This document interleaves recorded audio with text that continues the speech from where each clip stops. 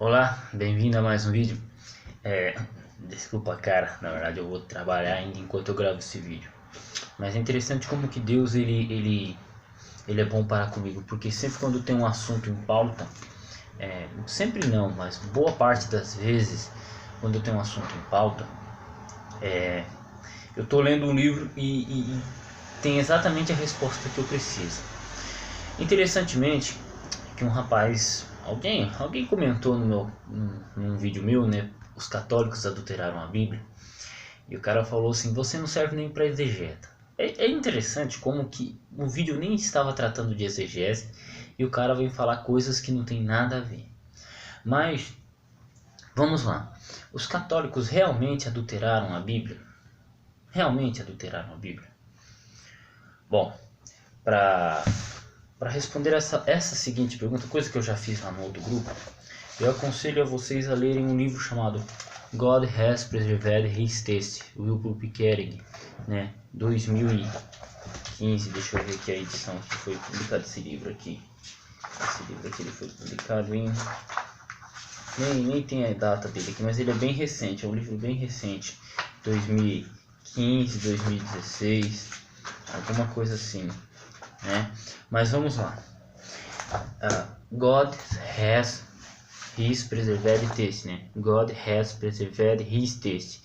The divine preservation of the New Testament.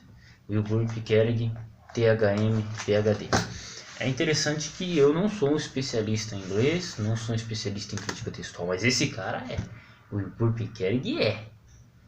O tio Wilbur é. Interessante que na página 162 do livro dele, ele faz um seguinte comentário, cara. Ele faz o seguinte comentário, né? Deixa eu achar aqui, página 72, parágrafo 1, 2, 3. Olha que interessante, né? A disciplina tem negligenciado a colação dos manuscritos da parte massiva dos textos majoritários, né? A massiva majoritária de manuscritos tem convencido, né? Por exemplo, uma variante que tem 99% de atestação de primariamente witness, tá? Totalmente dominando a genealogia, a árvore genealógica, por causa do domínio global da transmissão do texto, né? Aí INTF, né? Text Word Series, né? Que é um livro de 12 volumes, praticamente, né? Practitioners of the Claremont Profile Med. Aí ele menciona alguns nomes: H.C. Rosquier, von Soden, Burgen, Scrivener, in short. Todavia, como eles têm colacionado, né, colacionado um número de manuscritos. Have demonstrated that the Byzantine Book of MSS, né, manuscritos, is by no means monolithic, né?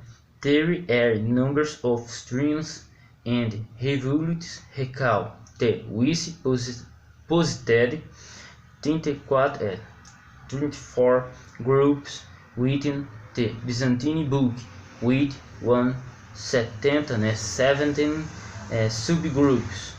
It's clear that there was no sufficient developed books. There was no papal decree. There was no recension imposed by ecclesiastical authority. Oh, rapaz. In short, the transmission was predominantly normal. Bom, eu vou tentar traduzir essa parte do livro que eu li, né? Ele vai mencionar alguns nomes: H.C. Rosquier, von Soden, Burgon, e por aí vai, Scrivener, e ele vai mostrar, e ele vai fazer o seguinte comentário: que esses caras, eles colacionaram muitos manuscritos, tá? Eles colacionaram muitos manuscritos, e aí ele vai falar que não existe uma coisa monolítica, ok? O interessante é que você tem 34 grupos dentro do texto bizantino, dentro da família bizantina, 34 grupos familiares, 34 grupos. E dentro desses 34 grupos existem 70 subgrupos.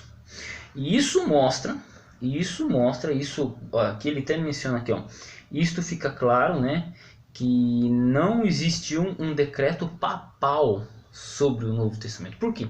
Se você tivesse o Papa controlando o texto do Novo Testamento, o texto da Bíblia, né, o texto do Novo Testamento, você teria basicamente uma família manuscritológica com um grupo de variação textual, entendeu? Você teria um. Só que dentro da massa bizantina você tem 34 famílias ali, são bizantinos, são oriundos da família bizantina, cada um tem suas variantes textuais, mas você tem 34 famílias com algumas variantes diversas. E dentro dessas 34 famílias você tem 70 subgrupos. Então, digamos assim, você tem 34 famílias principais e você tem 70 famílias ligadas entre elas. Então você tem lá 2 ou 3 famílias, uma ligada com a outra, mas ela é um subgrupo. Então você tem 34 e 70. Entende? Se você generalizar 34, se você for falar, não, isso aqui é uma família, isso aqui é outra família, você tem 70. Tá, isso demonstra que não houve uma preocupação em unificar o texto. Ok? Não houve uma preocupação. Então o Papa ele não teve o interesse, né, como eu já expliquei no vídeo anterior, a Igreja Católica não teve o interesse de controlar. Outra coisa, você percebe que existiu uma certa independência e uma certa maneira de transmissão do texto independente de cada monastério, né? Monastério, mosteiro, sei lá como que vai ser melhor a palavra. Mas deve-se observar o que?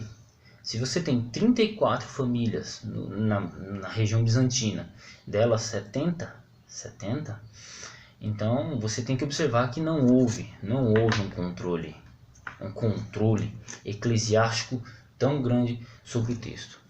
É claro que alguém pode falar assim, não, mas então dentro da família majoritária você tem um monte de variante textual. Não, é claro que você vai ter 34 famílias, mas em que sentido? Vamos lá, Davi com Beta, David, você vai ter lá um grupo bizantino que traz David com Beta, outro grupo que traz David, né, da Wade, por exemplo. Você tem essa variante textual.